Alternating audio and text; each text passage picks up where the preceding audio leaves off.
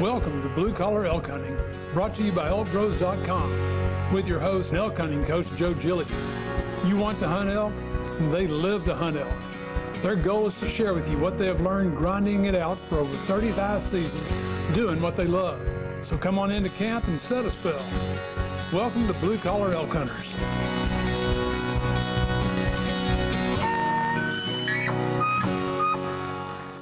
When it comes to elk hunting, it's a constant learning process. And as hunters, most of those lessons come in hindsight. Our understanding basically comes after a blown situation or scenario. So y'all, the goal of this show is to break down everyday elk hunter scenarios, hunters just like yourself, and hopefully help them in their process while helping you. Let's turn that hindsight into foresight. Welcome y'all to our ElkBros scenario revamp session. And on today's show, I just was introduced to Sam through email, sent me a scenario, and actually, Sam, you're the person that basically inspired this new type of show. So you're the first. Welcome. How do you feel about it? Yeah, a little outside my comfort zone, but I'm glad I get learn so much from these podcasts. So I'm glad to maybe contribute and help others learn from my mistakes. Yeah, I thought that was pretty cool because I replied back to your email after I read it, and it's funny, we get a bunch of long scenario emails, right? And with the makeup of our other show, if we were to just go into the scenario, it would basically be a show in itself. And so when I was looking at that, I was like, man, it would basically be a show in itself. So why not do just that? Let's make this into a show. Let's make this into a segment. Let's get other people to send in their scenarios, because it's right. You're right. And in that, the best way for all of us to learn is one of two ways. Either we make the mistake ourselves over and over and over and over until we figure it out, or we learn from somebody else's experiences, right? Yep. So absolutely. I emailed you back and I was like, well, how do you feel about, right? Yeah. Yeah.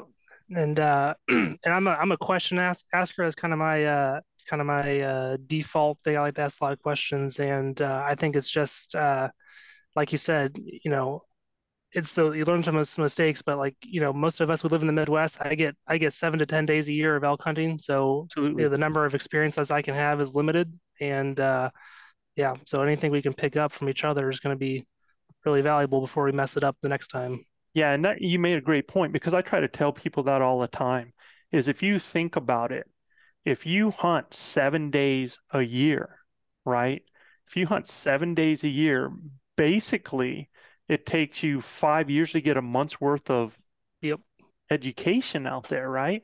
So that's where what we do, our podcast and all the stuff that's available, these resources are just so huge for people these days, because you can really flatten that learning curve, or you can go do it on your own. So tell us a little, you said you do 7 days a year. Tell us about your current elk hunting experience and some of the things that you guys have done.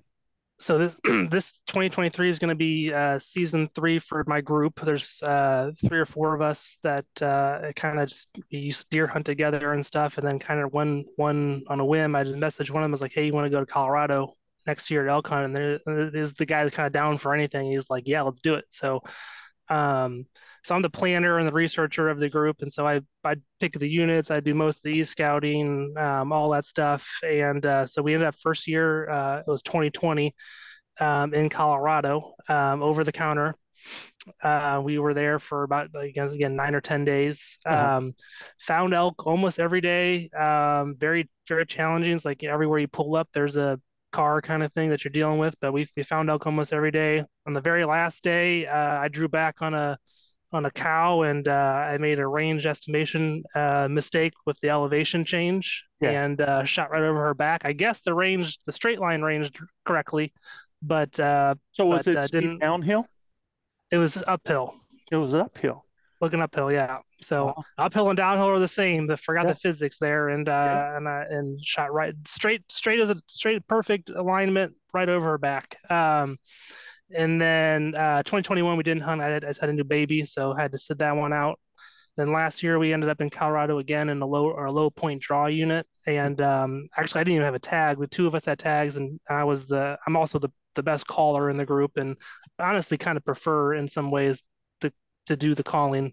You kind of get that interaction more than with just with the bow. But and we did again another 9 or 10 day hunt in elk almost every day. One of the guys in our group did get a cow last year and had several close encounters. We'll talk about one here in a little bit, but because I mean, I feel like only 2 years in. I do tons of research. So I feel like I know more than 2 years, but it's still like those last minute, those last 50 yards or whatever those are Right. the experiences that are just hard to gain because you only get a handful of those on a Right. trip if you're lucky or if you're, and so that's still where my probably gap is.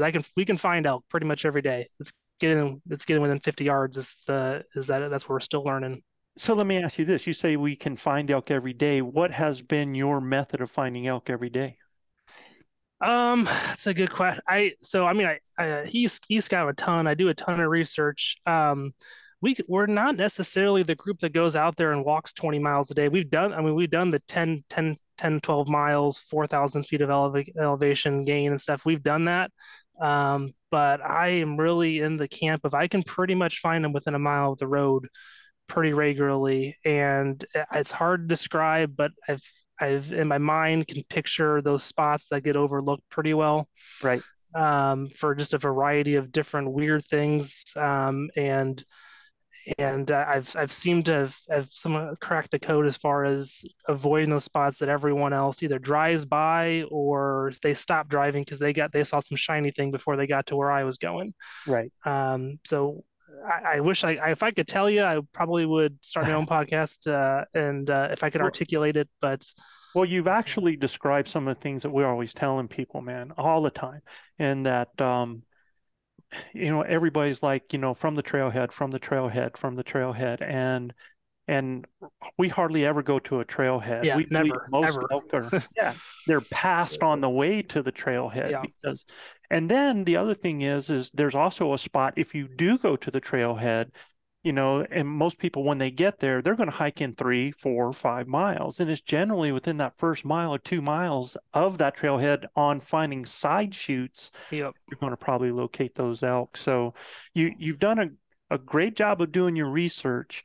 You know that you can get into elk. Now, let me ask you this, because you guys have gone 20, 21, and 22. Oh, you were 2020, 2022. Yeah, we sat out 2021. Yeah. right. So what time of year are you hunting? Yeah, we're having pretty much both years, and then again this year we're going to New Mexico, but for second archery. So we're pretty much like September 15th through 25th, 26th, Okay. pretty much every time. Okay, so how have those elk, when you go back to 2020, if you're hunting that second or that 15th is dynamite, man. So that's actually a good time. The only thing is I think in Colorado you guys were The muzzle loaders. muzzle Yeah. loaders, right? Yeah. Yeah. So that adds an element. Yeah, it's tough in Colorado in those units. It's there, my observations is that the herd sizes are usually pretty small. There's rarely more than one bull. Right. And so you're calling to a herd bull a lot. And as you guys know, when you at least so I feel like I know is when you're calling to a herd bull, he's probably getting his cows the heck out of there. He doesn't want to deal with another bull. Right. And so I'm big on the cow sounds and everything, but it's again, even with cow sounds, sometimes you're not drawing. You don't have a satellite you can draw in, right? Right. Sometimes you can get their cows to come in, but they're not. I've found times where like, man, they're super vocal, and then other times they're shut down. So as an example, the second bugle or second cow call I let out, the first day ever elk hunting, I bugled in another group, then went over the mountain. I was like, I'm not bugling anymore. I just calling in other hunters, did some cow calls, and I had two bulls from two different finger ridges just went insane. They were pissed off, and I was in the middle of them. and they started coming in, both coming in. We kind of lost track of the other one, and then ended up 20 yards from the other one through some super thick brush, and we couldn't. Neither of us could get around to each other. Mm-hmm. Ended up bumping them, trying to hook around. And then I've been times where I think I described in the email I sent you, where we were glassing this large herd, probably about a mile away, and we hear someone else, another bull bugle off to the east of them, and this real mature herd bull darts towards that sound of that bugle, rips off his own bugle, and then turns around and pushes his whole herd off the field into the forest. And it's like, so I've seen a little bit of both. But generally speaking, I'd say they've been on the quiet side. I've gotten some screaming matches with bulls and stuff, but for the most part, they're pretty quiet in those higher pressure units. Well, New Mexico will maybe be a new experience. We'll see. Yeah, especially around the 15th, and it's going to be different. You don't have to deal with like the whole muzzleloader issue. Yep. I'm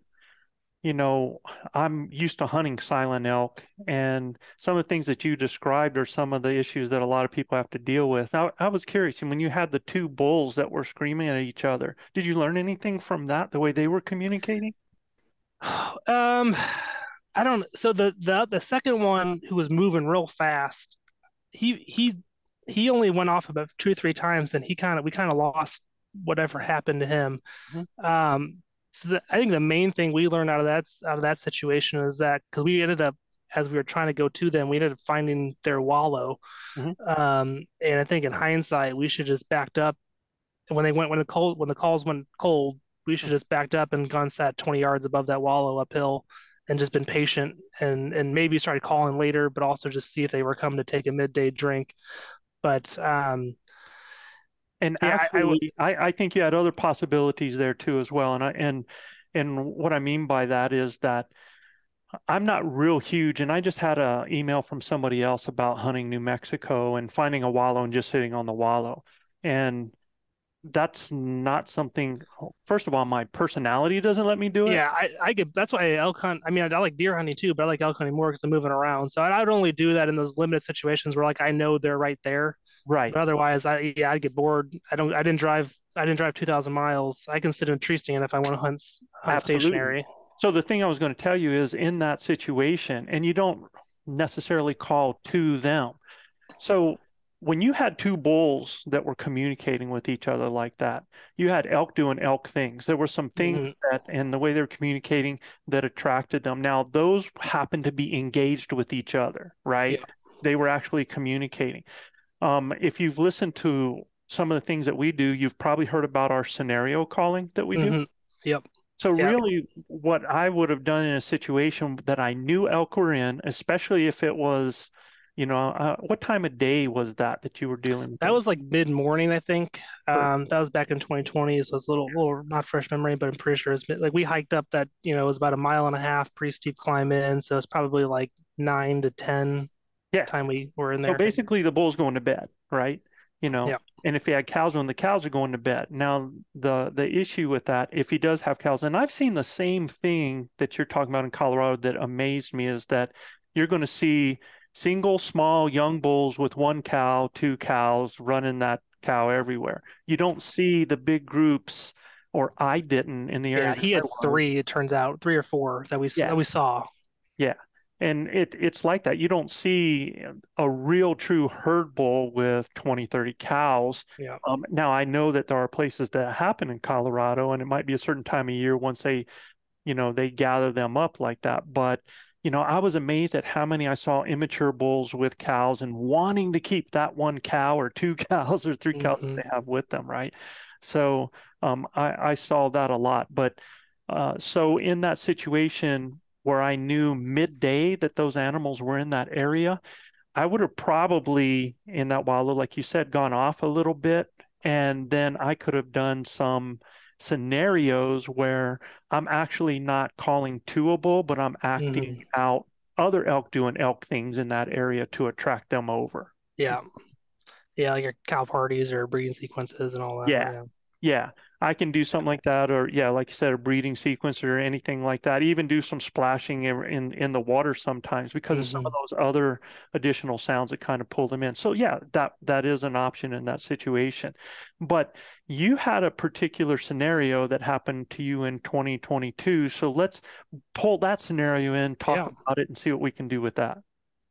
So I'll try to add like the long version, short version, but and so essentially, and as we mentioned, they're generally quiet elk. That was the time where we had that herd bull that kind of, you know, at the first sign of a bugle ran all his cows off the mountain, and so we were hunting there for about 3 or 4 days, again finding elk, but they're usually small groups, isolated, not really responding to cows. We were more just kind of bumping into them while they were in transition, going somewhere else. Right. And so on day 5, we're driving back to camp at night, and like I wouldn't say like we nearly hit, but like pretty close to the truck where this little young 5x5 runs on the road on our way back to camp. And it just kind of, you just kind of tell how it was vibing. Like it was just there to feed. Like it wasn't moving anywhere. And so there was fields on both sides of this road. One was private, one was public. And so we ran to the public and we're like, well, let's go in the morning and see if he's still in there munching around, or at very least we can see what kind of sign is in there. And so we go back there in the morning at first light. And my buddy walks up, who's got the tag, walks up 30 yards from the truck and bumps him. He's like, he was right there. There's only one place you could park there to access the public land. And he was just right up there. Like that's another. So is this a dirt road, paved road, highway? What is it? It's a dirt road, but it's not far. I mean, it was not far from a paved. I mean, it was a paved road and then it switches to dirt. So it was a well-traveled road. And because I want everybody to hear this, you got a well-traveled road. You guys drove on it, parked in there, did all of that, and still was able to bump a bull that was how far up into the trees? Yeah, so we bumped him. My friend was 30 yards from the truck, and the bull was probably 70 yards from him. So if he's straight line to a road, it was probably less than 100 yards. Which is a huge, huge lesson, man. Yeah. Right there. We also killed a cow in that same area 100 yards from the road in a slightly different direction. So there, you don't have to go far. We got pretty good at being lazy. So I would say smart. Yeah. You were hunting smart, not hunting hard. Yeah. So that's how I would put that. I agree. So we go back there. After we bumped him, we kind of just quietly looked in the area a little bit just for other sign, and found a lot, both fresh and old. So it was pretty clear that they were using this field pretty often. I say field, it was my Midwestern version. I call it like a sagebrush field. It's probably like junipers and whatever. Right. And so we go back. We're like, they're being quiet. Let's see if we can ambush them. So we go back and we sit up, basically up this is a sloping field, and we go up and there's several draws in this field. It's probably about a mile wide. And we based on the sign assess how we want to go sit on this one ridge forming a draw that has 2 draws on each side. And we set up in there just inside the tree line, found some good cover. And sure enough, that evening, a herd comes down. This bull isn't even in this group. We never saw him again. Don't know what happened to him. But this herd comes down with a spike, I think about 10 cows, and then a 5x6. So I'm pretty sure it was a 6x6 with a broken tine. But a real nice bull. And but they were 175 or something yards away. We were losing light, so we just watched them. Let's see what they're gonna do. Right. It's actually kind of a cool observation. They were moving to this lower field, and the bull sat on this little hill and was just scanning around while all his cows went to the field. And once the last one left the field, he left. It was kind of a cool little. Never seen that before. And so the next day we hunted somewhere else. We didn't want to hunt there in the morning because the thermals were very stable at night. It's this long valley. So another lesson that for other hunters that never thought of this before. So we always think about thermals just in the context of the mountain or the hillside you're on. Right. But we were also at the bottom of probably like a 10, 15 mile long valley with a stream running through it, and almost at the very bottom. And so those thermals were just ripping down that valley. in the evening, before they were coming down the hill. The traditional way to think about it, they were coming from way up that valley and pulling down. So very, very stable in the evenings. Mm-hmm. The mornings was a little more chaotic because the opposite's happening, but they're going two different directions. So we hunted somewhere else during the morning, went back in the evening with both of our shooters. We had 2 tags in the group, and set up right where they kind of spread out, right where they came down. But of course, they came through a different draw. Right. Yeah. That evening. And so we played this little game for 2 or 3 nights. And then on the last night, we're like, it wasn't our last night hunting, but it was like, we're going to try this one more time, and then we're going to go somewhere else because this isn't working out. So they come down. I'm set up, just to paint the picture a little bit. Since they're not responding to calls, like, as I'm just kind of there to watch for the most part. But this last night, I set up about 100 yards away from my friend, kind of level on the hill, downwind, with the idea that I can either maybe spot him coming in, spread out a little bit. If I hear him coming behind me, I can signal him, have him come run to me. Or if they're on the other side of him, just out of bow range, I might be able to pull him in just a little bit with a calf call or something like that. Mm-hmm. And so they end up coming. So if I'm here, my friends to the east, they come out east to him another 100 or so yards. And so he takes off after them. I take off after him to catch up. I had kind of a bum foot, which I can tell that story later. And the time I get to him, I hear some cows running all over the place up on the mountain. So elk running all over the mountain, and there cows at the time running all over the place, making noise in the mountain. So he bumped a couple of them, trying to get into position trying to cut him off. We heard the bull bugle and some rocks moving up the mountain. So what he didn't anticipate was that the bull wasn't in the front, right? So he had cows some measure of distance in front of him, and so that's another lesson there. And so he bumps them, but he only bumps a couple of them, and the rest of the herd doesn't know what's going on. And so I think they hear the commotion a little bit. I'm going to interrupt you just for a second, but you covered something there that we want to make sure that people hear and listen to, is because everybody thinks that the bull is really dominating the situation, and he's not. Yeah, it's a leak. Oh yeah. Yeah. And he's basically following suit. Now, sometimes he'll go off, he'll go ahead if there's a reason to do it, like a challenger or something else has attention. But then he always turns and ends up in the vapor trail of those cows. Basically, they're determining where they're going. So that's a good point to remember. And that's like I tell people too. Let's say that it's the morning and you're following a herd, right? Because maybe the bull is making some sounds. You don't want to try to follow that herd from the rear end, because what's happening is, again, that bull's following the cows, and he may stop and he may be communicating, and we can talk about what he's communicating at another time, but he's bugling. So what do? You lock up and you figure, oh, maybe he's going to come into me. Well, his cows are still walking off, right? So all of a sudden, you're sitting in one position, and then next thing you know, the bull's bugling from another 400 yards away, because now he's catching up to the cows. And so what I tell people is that, I never want to trail a herd, because I end up getting way behind them. I always want to get up on the side, try to parallel, and actually get ahead of that bull where he's at. Because now I know that, if I know he has cows, I know that I am perpendicular to that bull. Most likely I'm paralleling them, and as they start to go up, we know things get smaller at the top, and we can actually have some things happen there, or I get to find out where they bed. Now in your case, it was just the opposite. You're hearing a bull that's coming down into the park, and your buddy's assuming, okay, I'm setting up for the bull, without the knowledge factor that the cows are coming in first and he's trailing now, right? So and bumps him. All right, so go ahead. I'm sorry, man. No, that's good. And we should have known that just based on how we observed him a couple nights before too. So just one of those, again, lessons. We won't make that mistake again, hopefully. Yeah. So anyway, we ended up splitting the herd up a little bit, and the bull actually, and the rest of the herd kind of comes out basically like right above where I had this really good spot with some rocks and sagebrush. I could have sat there, and if they didn't smell me, they would never known I was there. But he came up. What elevation are you guys at? I think I want to say this was around somewhere between 8,500 and 9,000 feet So Um, almost in that country, almost not far from road level, right? I mean, we were there, so there was a road there. There was a let's just put there was a highway probably only a couple hundred feet in elevation below that. So Right.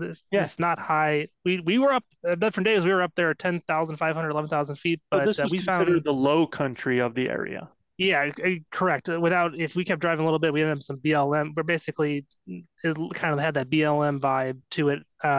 There was forest up above, but yeah, definitely this is the bottom of the valley. Yeah. Cool. Yeah, and I wanted to make that, we're hearing so many things, and if we were to paraphrase a couple of things, it's like you don't have to go to the trailhead. There's a lot of elk that are being passed. You guys are finding elk every day. You're in the low country, lower elevation, not far from roads, so a lot of that is great information for people to hear. All right. Yep. Yeah, and we Rocky. found elk every trip, but literally between 8,500 and 11,000 feet on the same day. Like, Mhm. don't listen. They're all above tree line. Yeah, they are, but some other ones aren't. I mean, they're everywhere. Yeah. Not that that's helpful for anyone, but just don't fixate on like someone saw them above 11,000 feet because that's not the only place they're at. Well, the thing that I like about that though is it seems like when you get above timberline or right up in there, generally when you blow animals out because of the openness of some of those areas and the patchiness of it, when they go, right? Yep. They're like in another drainage. Hmm. And you guys almost described like when you bump that 5x5 crossing the road, you found him pretty much 100 yards from where you saw him the next morning. Yep. Generally, in those thick places like that, they don't have the same need to empty out of the country. They have found a place that they feel safe. They found a place that they get food, they get water, and they don't have to blow out of there. They could end up being over a ridge or something like Hmm. that. But it's a whole different type of hunt, really. That cow I missed in 2020, we were on her and her little herd for 3 different days, and we had interactions with them for 3 different days within an area I'd say is less than 200 acres. Excellent point, man, right there. That's awesome. Yeah. So So you're in yeah, that so we're flat. yeah, so the bull's coming down and his herd's coming down to where I just was, and he's pissed. Like he's like, where did my cows go? He's raking, he's screaming off bugles. We're about 175, 200 yards away. Not much cover between us though, so we're kind of in a tough spot. And so there's all these it's not a flat field. There's a lot of like these draws and like little There you go. ridges and berms, and Mhm. the ridges kind of have some trees on them. And so I'm on the other side of him. My shooter's right up on the edge, and I'm on the other kind of back behind him. And we're losing light now. I forgot that detail is that this has all happened in the last. They came down within like 2 minutes every day, like of the same time every day, but different locations. But we had maybe 15 to 20 minutes of maybe 15 to 30 minutes of light every day to do this. And so I do some, Paul Medell calls them the contact buzzes, Yeah. that Yeah. kind of screechy, kind of sounds like a deer barking at you in Real the nasal. Midwest. Yeah. Yeah, and kind of like get your butt over here. We're lost, we're separated, and he's screaming back at me and raking, and we had kind of just we were real shy. We can get into the what ifs in a second here, but basically, we're losing light. I was like, even if he comes, we're gonna run out of time. Like he's not gonna close this gap in Right. time. So, Right. this is going on for a few minutes, and I was like, I talked to my shoes, like, just run at him. Like it's pretty dark. He had really good his camouflage. Just observing him a couple nights before blended in with us like really well. Even like I could barely see him even when I knew where he was. Mhm. I was like, just run at him. There was a couple trees that he could keep between him and the bull Right. to obscure his vision. And then I started kind of hooked around him. I went downhill behind this berm and then behind another berm that was parallel to the bull and just kept making cow sounds like, you ain't coming to me. I'm leaving. I'm going to the other field. With hope one was that it would just distract him and not he wouldn't see my Sure. my shooter, and hope two is that maybe if he starts moving a little bit, then my shooter will get a nice broadside shot at him as well. So I got news um, for you, man. That's a great strategy. It really is. yeah, it worked. We just ran out of time. So he didn't move. He sat right there, pissed off, raking, bugling. Where are you going? Asking me where I'm going. And my shooter got, I think, like 60, 75 yards away from him. But it was just he's a brown blob at that point, with the light fading. And so So he he elected had not cows to. with him, yes? Yeah, he had that 10 or so cows with him. Yeah. Yeah, that's the one reason he didn't come Yeah. because yeah, I mean, you're just another cow out of the ones that he has there, and there's nothing to signify that you're an estrus or anything like that. Now, possibly as you were going away, had you introduced another bull, I don't even know that that would have been the case. I think the thing I would have probably gone to is I'd have probably gone to lost calf calls at that Hmm. point and forget trying to pull the bull and try to pull the cows, you Yeah. know, because when he's sitting there screaming and blowing up that tree, he's demonstrating. He's demonstrating for you, as you were cow calling, to come to him. He's basically having you come to Yeah. him. And he's demonstrating for those other cows that are there as well, kind of keeping them that he's the man. So I think in that situation, had you been leaving and going out of there or going around sounding like a lost calf and try to get that go towards that maternal instinct, I Hmm. think you would have had a better shot with that, right? Yeah. Because Yeah. there are So no yeah, satellites. exactly. And I consider the bull sounds, but like I think again, I think you're right. Like that's probably given everything that we'd observed that week, we just kind of decided we weren't even going to make bull sounds anymore because it just wasn't unless there was multiple bulls, Yeah. which we never ran into. So, but here's the thing. Okay. The day that you guys saw the bull on the ridge and the other guys called to him, then the bull rounded him up and took off. What time Hmm. of day was that? I think that was also morning. Yeah, that was also morning. Yeah, that was pretty Absolutely. early in the morning. So what's happening in that situation is those elk are going to a destination. Yeah. Okay. Now, the difference is your evening elk were at a destination. Yeah. So I would have actually, especially if I'd have had trees and brush that would have obscured me, I'd have got my shooter as close as possible, and I would have started going right at that bull, Hmm. and slamming stuff and sounding like a bull. I would have because he's at his destination. Now Okay. he's going to have to put up or shut up now, Yeah, right? So that's a I good would point. have actually gone at that booger and I would have gone with him, challenging him, displaying for his cows, raking, doing everything I can to make him have to defend. Yeah, So that's a that's really what I good would point. change. And so the point I want to make in that is I want you to always have in your head, are they going to a destination or are they at a destination? Okay. Hmm. Think about time of day. So when you take that one bull that you saw that herd bull there, and then those other guys bugle, I don't even know what the wind was like, but those cows were probably already wanting to go in a different direction. And Hmm. these guys are calling from way off. So he's basically they're just going where they're going to go. All Yeah. right. But Yeah. you were in a prime time situation. So I want to ask you this about that too, because you guys played this cat and mouse game with them for a couple of days. Yeah, at least three. Yeah. Yeah. So were you ever on them in the morning in that area? No, so so two things there. One is that the thermals in the morning there were kind of wishy-washy, not unlike they were during the daytime or the evening.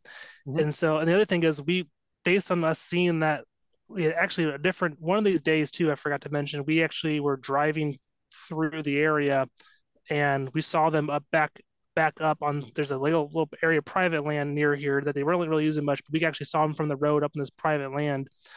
And we had the morning after we saw them in the evening. So we were kind of basically operating the assumption that they were staying in this field all night, and we didn't think we were going to be able to sneak up on them due to the lack of cover and the inconsistent winds. We weren't So sure that we were able to get above them or around them. yeah, so that would be the only thing that I would have wanted to know. And in hearing you, because again, I'm just getting my perception from what you're telling me, right? Yeah. It could be all these different variables. But one thing that I would want to know is, where are they going to, and is there a possibility of me getting to where they're going to in bedding and then having that situation where I can have that midday Yeah. call in, So right? we considered going up, all day chasing them up this mountain, and it's something we could have done. The reasons we decided not to do that was one because this area was huge. This was Right, so we're talking about hunting again the right. bottoms here, and then there's this massive. I think I before we got this call, I kind of mapped it on Gaia, and it was like 4,500 acre area. It could have been more than that, but that's the obvious potential bedding area to me was Right. 4,500 acres, which is like, Right. gigantic. So the And reason I'm tons of saying north facing timber too. So it's like they could have been anywhere up there. And they're not responding to calls. And I'm like, we're just going to bump them out of the area if we start going to try to cut them I'm off. not talking about necessarily going in and hunting them out. What I'm saying is to help you in your evening hunt, because part of your problem was you didn't know which draw they were going to come down. Yeah. Right. And if you don't want to blow them out, I totally hear you on that, because they're doing something every day. There's no other hunters in there. You don't want to hurt the situation. No, it all makes sense. But what I'm saying is you could have got a little bit more data by having been there and stayed away enough and off, downwind or up thermal, so that you could actually find out where they bedded for the day. Because once you find out where they bed for the day, you're going to have a whole lot better information on which draw they're going to come down to the same place, right? Yeah. So that actually lets you now go in instead of waiting for them in the actual park. That allows you to wait for them in transition from where they're bedding to coming down, and they're going to do that once the thermals are already changing and stuff, right? Yeah. So that's one. You were asking me different strategies. One thing I would do is I would just want more information of where they went. If I don't want to blow them out, I totally get that, right? Because you're able to have that. But man, I hate chasing the sun in the evening, man. It just, and what's nice about if you can get on them in the morning, and sometimes it's not possible, but you got to really look at the area and see, is there a place where we have at least some predominant wind that's going to help us either bend thermals or stay on their downwind side and stay away enough to actually kind of stay within either visual or auditory if they are talking when they're going. Was the bull, when they were making the move coming down into the park, was he announcing it at any time? So I think 3 or 4 nights we were there, I think we heard two bugles of, him keeping his cows together. But most of the times when we heard him, we would hear the kicking rocks, down the side of the hill or something. But there was a couple of times, I think the first night we sat there, they came in silent. And I think the second night, there's one night I remember he bugled, and then they kind of came in a different area, like real late before they finally broke in. And then the last night is when they bugled and made some sounds enough that we were like, we know they're coming there, and we were right. Shooter was right. He's got there too late. But so it was kind of a mixed bag. I'd say only one time for sure they made enough sound that we knew where they were coming from. Yeah. So that's my whole thing about if you can identify and be in the transition. So what's going to happen is those elk are not going to come into that open. And what was the moon like at that time? I'm pretty sure. Now you're asking me tough questions. But I'm pretty sure that was like a new moon-ish or close to a new moon that whole hunt. I remember like we were kind of happy about that when we were planning it. Yeah. Yeah, because I was just trying to figure, a lot of times they don't break into that open and by the time you get in position, that half hour or 45 minutes, between you making your decision and you and your shooter and everything, man, time starts to cut down pretty doggone quick, right? Yeah. So that's where my one of my strategies would have been is to be able to at least identify where they were. And if I get in a good situation wind-wise, thermal-wise, because there's a time in that midday that sun comes out and all those thermals are going up. Now it's easier because I don't have to worry about them if I'm on their level. I don't have to worry about them smelling me, and I can move in and just make sure I'm on the downwind side when I do that. And I only have to get off of that bull 200 yards, 150 yards. And now again, I go to doing a scenario type thing because he has bedded cows. And I tell you what, one thing he will want is another one if he can. He's already got a few there, so he's going to want another one. So it gives you a chance off to do that. Or if everything is jinky, I've done this where, I couldn't trust the wind, so I'd go over a ridge just to ensure my wind didn't get to him. and I'd take my nap there. I'd do my thing. I'd listen and wait for the thermals to change. I know where they're at, so I know pretty much as they start to move which drainage are going to come down, because I can be closer to them, and possibly then at that point, I don't know that it's an intercepting. I would still use calls. Even though, and here's the other thing, is that a lot of people think that just because the elk are silent, that they're not responding, that, calls aren't going to help. But they absolutely can, man. I mean, again, come in quiet, yeah, they'll come in silent. So I don't think, if I had a bull that had those cows and there's not much competition there, I think I would stay cow-calf oriented. When I do that, I would really work with the calf calls. Are something that is not going to intimidate the bull, it's not going to intimidate the lead cow. I might use some of that. If I wasn't doing that, then my other option would be that I want to do some elk things over there of another herd and hope that I sound interesting to those other cows there, so that those cows come to me. If the maternal doesn't work with the calf, then I'm going to go towards, well, I'm going to give them a better bull to breed with, and there's going to be other cows in there. So that's another possibility. Or when he hears that and thinks that, if he's not sounding off and there's no other elk around him sounding off, then yeah, he has cows with them, but none of them are in estrus, right? Yep. So if I make it sound like cows in estrus, then I might be able to pull him off and come and try to take one, try to breed one, or anything like that. Especially, he was a pretty decent bull for that area too. Again, he was a 5x6. I only think he had something broken off because the 6 side was strong. Right. He was a pretty. We had those morning pictures. I got him on a phone scope, and he was a pretty good bull for that area for an over the or low point draw unit. Oh yeah, yeah. And you said something earlier, and I hear people say it all the time. They see a bull with 1 cow, 2 cows, and they say that that's a herd bull. Actually, it's just an immature bull that has grabbed a cow, right? And they don't want to lose them in there. And actually, that cow, if given a better suitor, will leave that son of a buck and come right to you.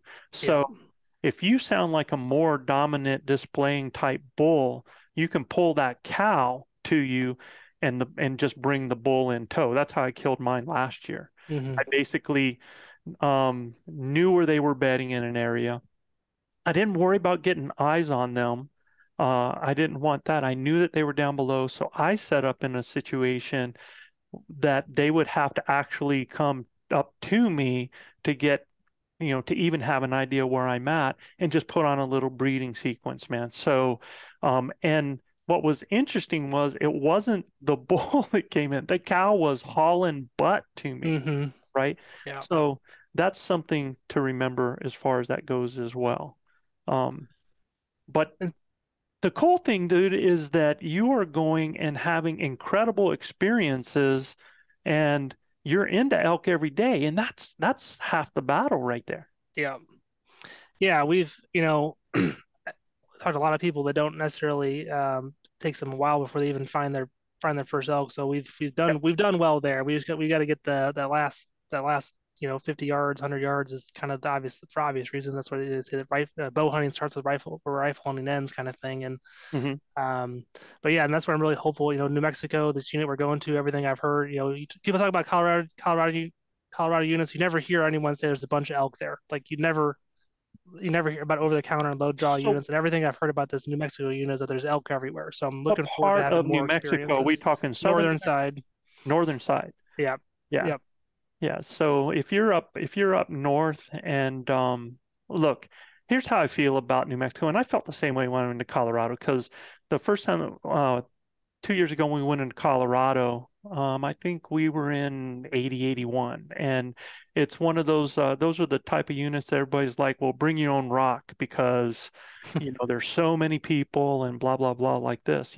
We pull into the area where we were, and there's campsites everywhere, and on opening morning, it's like NASCAR, all the ATVs, UTVs going out. I literally called in a bull a mile and a half from the campsite. Yeah. Never, we never drove anywhere out that we had to get to. So people were driving by those elk. And so I feel like if there's elk, we can bring them in. In New Mexico, you can look at it, and if it is a low success rate unit, it only tells me one thing. It only tells me about the quality of the hunters, because I know that there's elk in most of those units. And if you're hunting that 15th to the 24th, I really believe that those days, those 15th, 16th, 17th to the 20th, are probably your best days, with a little bit different strategy than what you would use once you start getting on the second half of that, when those bulls are, the real herd bulls are cowed up. But the difference is you're going to see bulls with satellite bulls. And so that opens up a different option for you. Yep. And that's definitely looking forward to that, having that different experience, because we still have, as many elk as we found. I still haven't seen more than one elk in a group, herd or group, however you want to call it. Did you guys draw as a group? No, so basically I actually got drawn again for Colorado. I got drawn for Colorado. We kind of agreed ahead of time that if anyone gets these New Mexico tags, that you can turn your Colorado tag in now within 4 days and get your money and your points back. So we kind of agreed to we'd all go together, and so my friend, who's just like needs to play the lottery more often, seems to get everything. He drew. So like I said, I like calling. Okay. I saved $700 on a tag. I get to use my trekking poles, the entire trip, and so I'll go down there. We're gonna call. We'll have maybe a second. Some of us might shoot off and go scout while just two of us are hunting. Right. And but so we all apply it separately just to boost our odds a little bit. And I'll be in Colorado next year if nothing else, going back to the same unit. Yeah, awesome, man. That's fantastic. There's one thing that I had in my head that kind of dodged back. I was like going through your stories you were storytelling. When that bull came down into the park and you guys were kind of set up and you were back behind him. Could you see that bull when you were talking to him? So are you talking about like the first night where they kind of came in and we didn't interact with them? Or are you talking about that last night? The last night when your buddy started running at him. Yeah. So could I see him? Is that what you're saying? Mm-hmm. So I did. I did see him, and that's when I backed off to get below the cover, so he couldn't see where I was calling from. And then when that wasn't getting him to budge, I went back up, ranged him, and I was like, "You got to go. We're out of time." And then I backed up again and went around. So when you were calling to him when he came into the park, what kind of call were you using? So he initiated the bull initiated the sounds by bugling and raking, and then that's when I started using. I might have done some regathering music. I can't remember for sure, but I was definitely doing contact buzzes. Okay. That's that towards the end. I can't remember if I started with regathering music or not. Towards the bull or behind you, away from him? Were you calling? Towards him. Again, we were 200 yards away, and I was below a little berm behind some trees. Yeah. Right. And no decoy, because that's another thing that I think. Yeah. So no decoy. We are bringing a decoy to New Mexico because this particular unit, as I understand, is a little more open, and so we will definitely be. If we had a decoy there, it would have been a difference. We would have been done a lot of things a little differently. So we're bringing one with us this year. Yeah, so just in case. Yeah, in that situation, man, had you as the caller had a decoy back there, that might have been money right there. Because remember, I thought about it. Yeah, they want to confirm visually first, right? Yeah. So, that could have been huge for you. And I want other people to hear is that you're 200 yards away. So I think with the cow calls and the buzz, you were fine just doing it through your mouth at them.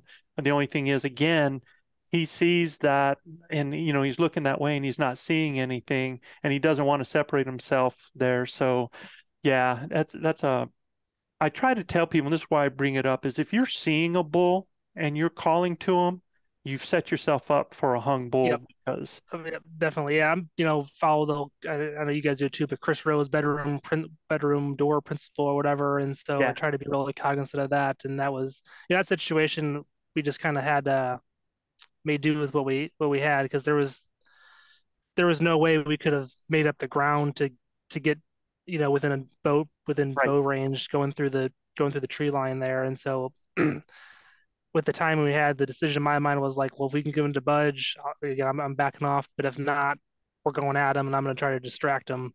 Right. Was just kind of a making lemonade out of lemon situation there. And I will tell you too, because you were talking about New Mexico being more open. What I would, and there's always big parks, big, uh, areas, but my goal is always to get them as thick as possible. Mm-hmm. So, I want it thick so that they're having to look for me, so that when I do see them, it's going to be that close, effective 20-yard, Yeah. 15-yard shot. Now, a lot of people are like, well, if I get in the thick cover and they're talking, I don't get to see them. Well, okay, so you could be in cover, I mean, not in cover and see them, but you're still not going to kill them because they're expecting to see another elk, right? I would much take that 80-yard separation in open area and put it in a thick area, so that now that bull doesn't see me and that bull's going to have to keep coming, and I do have an opportunity to kill that bull, right? Yep. So, It's definitely one of those things. It's like setting up behind cover. Like your brain's wrong. Like you got to consciously think about that kind of thing. I know that's I think we probably have all done that at one point of our lives, bow hunting, where you got behind cover and you're like, what the hell? The animal gets there and you're like, I'm screwed. yeah, It's the same thing concept with, you want to see it, but that's actually not good for you. yeah. Sam, Especially with this has elk, they been make noise. You'll hear them coming in. I mean, absolutely. And remember, guys, everybody listening, just because they're not calling doesn't mean they're not responding. So, you got to keep that in mind, that elk do things in elk time. They can be coming to you, and a lot of people will just move out of an area. But if I'm someplace where I'm smelling them, or I know that they're there, that I've seen something, and I start doing a calling scenario, you've got to give it that chance for it to happen, because they move in their time and not ours. So, Sam, you guys talked about another podcast where, you start calling in those situations, like you're sitting there 30, 45 minutes, mhm, and that's hard to do.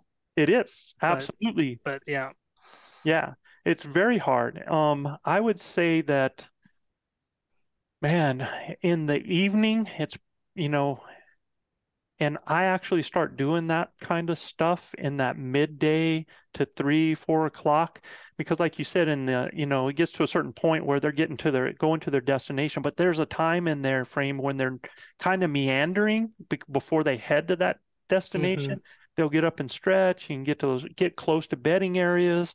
You can try different things from outside a bedding area. So, I think you actually got a pretty good tab on what's going on. And did any of this help you out in any way? Yeah, no, I think for sure. And I'll have to go back and watch the recording to I'm a note taker. Usually I'm working out when I'm listening to you guys, and I'll, hiking or rucking, and I got my iNotes out there. I'm writing stuff down. But yeah, there was definitely some tidbits earlier. Even just on the Colorado situation from a couple of years ago, we talked about that. I need to go back and listen to this again and write down what you said. So Yep. definitely was helpful. Well, y'all, this is Sam Reitz. This has been our ElkBros scenario revamp session, the first one that we've done. Any of you guys out there that you have a scenario that you got into and you just didn't know how to work it, or it was a situation that, you heard somebody else talk about, or, anything that you have questions on that are scenario related, send us an email, and you might get a phone call from me, and we'll set up one of these scenario revamp sessions and have fun with it. You learn, everybody else learns. It's a win-win. Sam, thanks for doing this, man. You're the first one. Yeah, appreciate it. And when I screw up something into Mexico, I'll give you a call. All right. Thanks, man. Thank you. See ya.